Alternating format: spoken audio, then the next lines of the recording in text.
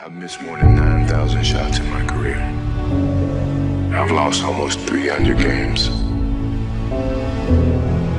26 times I've been trusted to take the game-winning shot and missed. I've failed over and over and over again in my life. And that is why I succeed. Maybe I led you to believe it was easy when it wasn't. Maybe I made you think my highlights started at the free throw line and not in the gym. Maybe I made you think that every shot I took was a game winner. That my game was built on flash and not fire. Maybe it's my fault that you didn't see that failure gave you strength, that my pain was my motivation. Maybe I led you to believe that basketball was a God-given gift and not something I worked for. Every single day of my life, maybe I destroyed the game.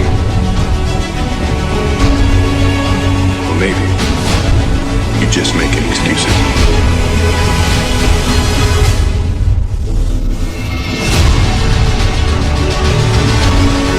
I never feel that I'm at my best. I feel I still have room to improve. I still set goals for myself to strive for. I'm never complacent with what I've achieved. Even though it's been very successful for me, I still feel I have a lot to prove, not just as a player, but as a person, as a father, to some extent, as a role model, in all aspects. So I'm never really too complacent with myself and with what I've achieved. When I get to a point where I feel I can improve as a player, I walk away from the game. No, I've never been afraid. I mean, obviously you're nervous, but afraid means you're not confident in your skills. I have total confidence in my skills, so I'm not afraid. You had the utmost confidence. The confidence level was through the roof. Where is it now? On top of the roof. I don't think my confidence changed. I wouldn't have come back into this situation. Sports is a tool that teaches, and it teaches you bad things. It can also teach you good things. It's how you perceive those things. I've looked at every experience that I've had, negative and positive, and taken that as a positive. If I wouldn't change anything because I think it would alter some of the other things I have. So when I look back, I can't say that I've had any bad things happen. Sure, I mean, you don't want bad things to happen, but you deal with bad things. You can't have good or without bad. Basketball is my love, always have been. I can never envision an ending of something like that.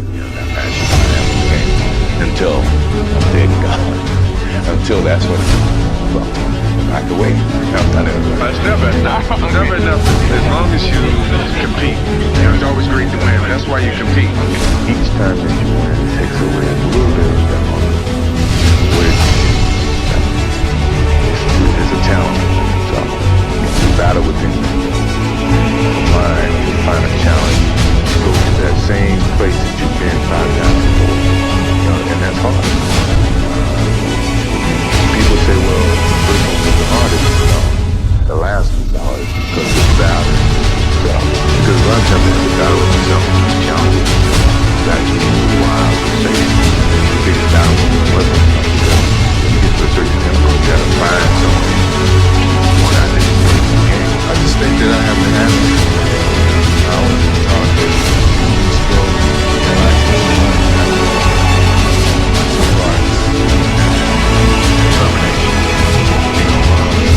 put your motor on and vision for what I'm doing.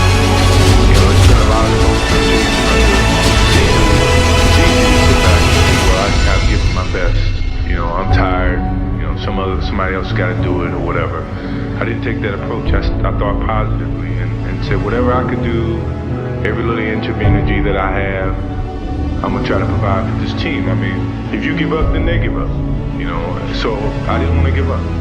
No matter how sick I was, or how tired I was, or how low on energy I was, I felt the obligation, to my team, to the city of Chicago, to go out and give that extra effort. TV department. My competitive drive is far greater than anyone else that I've met. I think that I thrive on that. I think that's my biggest motivation in life. Is to compete, find find different competitions and certain things in life and try to overcome them, be it positive or negative. But I have yet to meet someone who's as competitive as me, and I just feel that much confidence about my competitive side. I still feel that I have a plateau that I hadn't reached yet in terms of my skills or my expectations of myself. I'm always going to expect myself to do certain things or surpass certain things. As long as I believe that, then my road to success is going to continue to expand. Air Force again. We thought that after I finished college, so I said, no, I don't want to go there now. So I decided to go to University of North Carolina. A lot of people didn't expect me to do so well, but accept the challenge that I faced. Sometimes I face a challenge. I will not quit this game because of what media has done, or what other people have done.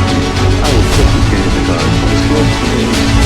I can't find the challenge to keep pushing myself.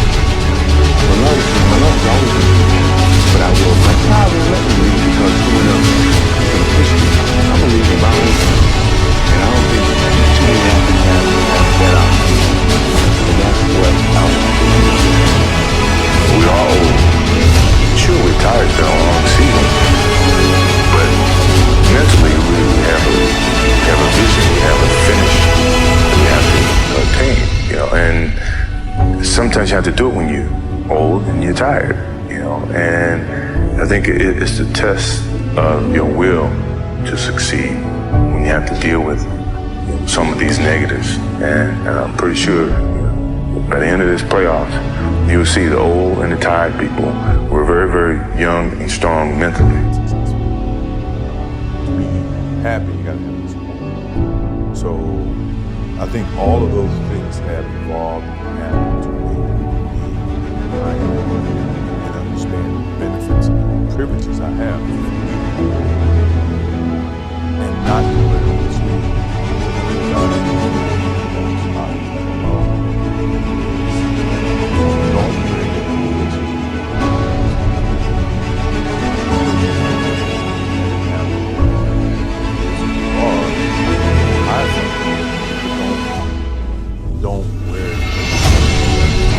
The thing that I remember the most is my father. I had him for 13 years. I never look at it from a negative sense, obviously. Rarely do I get a chance to talk about it, but the thing that I do remember all the time, I think about it practically every day, is for a person like myself to live in this spotlight is so critical, for people all the time. What I do, what I say, where I go, things he's always said. Take a pause before you make a decision. Say whatever. And the purpose for saying whatever is that whatever decision you make, always going to have consequences. And not that I live in a box where I'm afraid of things. I know that, as my father said, the what if comment is able to deal with the consequences of what it's doing. Think about that. When you think about the consequences, pro or con, you make the right decision. That you feel is the right decision. Now, all the decisions I made, other people may view to be not the right decisions from their perspective. But for me to go play baseball, and everybody says, oh, it was a failed opportunity to play baseball. That's what they think. For me, it was the best thing that could have happened for me because it allowed me to go back to the game with a stronger passion. At the same time, I was able to understand the love that these minor league baseball players have, making $1,500 a month. $1,500 a month, which is nothing. But for them, it was big. To me, to see that helped me put things in perspective, to understand the platform that I was on in 93, that when I went back to it in 95 and 96, I appreciated it even greater. So when we won those championships and we went through those things mattered to me far greater than what I did in 91, 92, 93. people don't see that. People will never understand that. To be success, all they think about, well, he batted 202, and struck out a certain number of times. Yeah, okay. But the effort was there, and the learning curve, the passion was there, that has transcended not just to me, but to other people who are afraid to do things because they're worried about conceptions that come from other places. To me, that's more gratifying than anything.